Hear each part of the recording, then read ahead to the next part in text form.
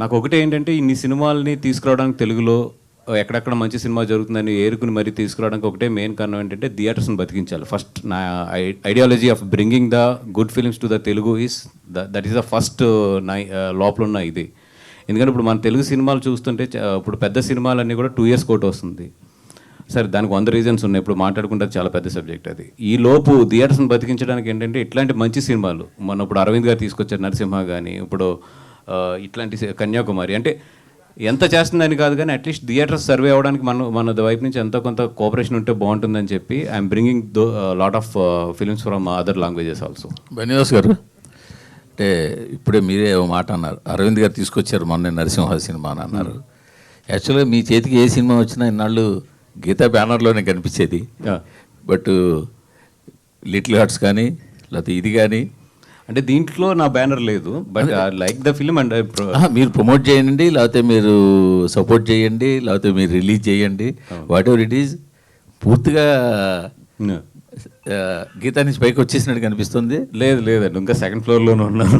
కానీ ఇప్పుడు మీరు అన్నమాట కనిపిస్తుంది. మొన్న అరవింద్ గారు యూజువల్గా అయితే మీరు ఏమన్నారు, మొన్నే మేము అందరూ కలిసి గీత చేశాం కదా అని అనేవారు. అలా కాకుండా అరవింద్ గారు చేశారని అన్నప్పుడే అవునండి, అది ఆ పూర్తి క్రెడిబిలిటీ అరవింద్ గారిది అది. అండ్ సెకండ్ థింగ్ ఏంటంటే మీతో 100% చాలా విషయాల్లో కోఆర్డినేట్ చేసుకుంటున్నాం. ఇది కొన్ని ఏంటంటే ఇప్పుడు కొన్ని నాకు బాగా నచ్చినవి ఉంటాయి, అది నేను 100% ఆయనకి ఇన్ఫర్మేషన్ ఉంటుంది అన్నీ కూడా, నేను ఏది చేస్తున్నా ఏది కూడా. అండ్ మా ఇద్దరి మధ్యలో బ్యూటిఫుల్ అండర్స్టాండింగ్ ఉంది, దాని ప్రకారమే ఏది ఎవరు అనేది నీట్గా మాట్లాడుకుని ఎదురుకెళ్తున్నాం. కానీ ఎందుకు గీత మరి తండేల తర్వాత ప్రయాణం ఒకసారి ఆపేసినట్టు కనిపిస్తుంది?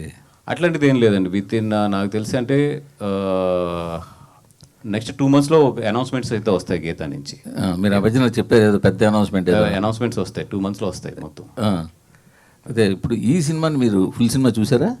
ఫుల్ సినిమా చూశాను. మొన్న డిటిఎస్ థియేటర్ కూడా ఒక రోజు వెళ్ళి చిన్న ఉన్నా కూడా తను సృజన్తో చెప్పడం జరిగింది, అంటే నా పాయింట్ ఆఫ్ వ్యూస్ ఎట్లా ఉంటాయి ఏంటి అనేది. డెఫినెట్గా సినిమా అయితే మాత్రం చాలా బాగుంది.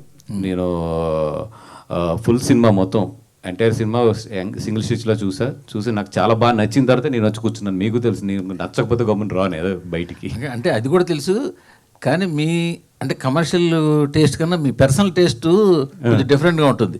ఇలాంటి మంచి నవల కనిపించినా, ఇలాంటి మంచి సినిమా కనిపించినా మీరు ఎగ్జైట్ అయిపోతుంటారు. అవును, అది ఒక్కోసారి ఎగ్జైట్మెంట్ మీ వరకే ఉంటుంది, జనాల్లోకి వెళ్ళే సందర్భాలు కూడా ఉన్నాయి. అవునండి, ఇప్పుడు ఇదైతే నాకు జనాల్లోకి వెళ్తుందని నమ్మడానికి కూడా మెయిన్ కారణం ఏంటంటే దీని హానెస్టీ చెప్పడంలోనే కమర్షియాలిటీ కూడా మిస్ అవ్వలేదు. అందుకనే నేను కొంతమంది మన పాత్రికేయులు కూడా వేసి చూపించమని చెప్పాను బిఫోర్, ఎందుకంటే వాళ్ళు రాస్తే బాగుంటుందని చెప్పి. మన మధు గారు కూడా అది సజెస్ట్ చేయడం జరిగిందండి. 100% ఏంటంటే ఇట్లాంటి సినిమాలు రికగ్నైజేషన్ వచ్చి థియేటర్లో నిలబడినప్పుడు టైం తీసుకుంటాయి. బట్ ఏంటంటే అందుకనే కొంతమంది ఏంటంటే ఎదరికొచ్చి సపోర్ట్ చేస్తున్నాం ఈ సినిమాని.